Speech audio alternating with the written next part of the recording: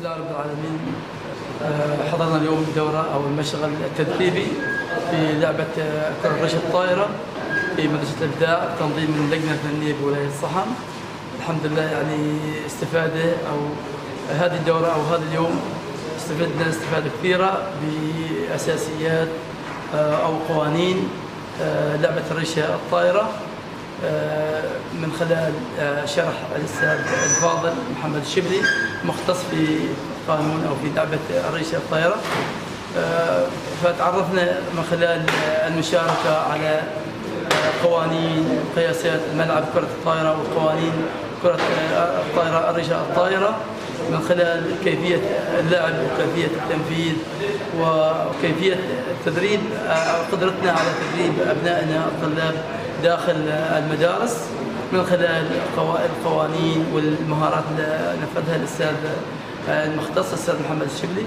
فالحمد لله استفادة كثيرة ونتمنى إن شاء الله مثل هذه الدورات أو هذه المشاغل لننشر هذه اللعبة ونطور هذه اللعبة في المدارس، لأن محتاجين مثل هذه اللعبات تنتشر في مدارسنا إن شاء الله.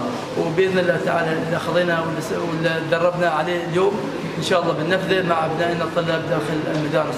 جزاكم الله خير والسلام عليكم ورحمة الله وبركاته. بسم الله الرحمن الرحيم.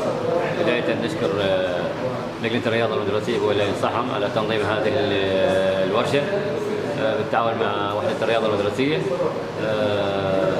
الاستفادة إن شاء الله راح تكون كبيرة بالنسبة لقوانين ومهارات ريشة الطائرة من إن شاء الله من المستهدفين معلمي الرياضة المدرسية بولاية الصحن أنهم يستفيدوا إن شاء الله ويكونوا فكرة كبيرة عن لعبة ريشة الطائرة وينقلوا أثر التدريب إن شاء الله في مدارسهم مع طلابهم وتكوين فرق رياضية في الولاية وفي مدارسهم إن شاء الله.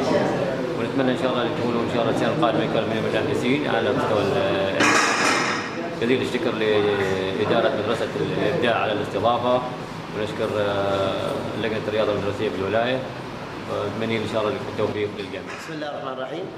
دأبت اللجنة الفنية للرياضة المدرسية في ولاية الصحن على إظهار الجديد على تنمية الجوانب المعرفية لدى معلمين الولاية من خلال إقامة مجموعة من المناشط والورش التدريبية. نحن اليوم نقيم ورشة تدريبية في كرة الريشة الطائرة.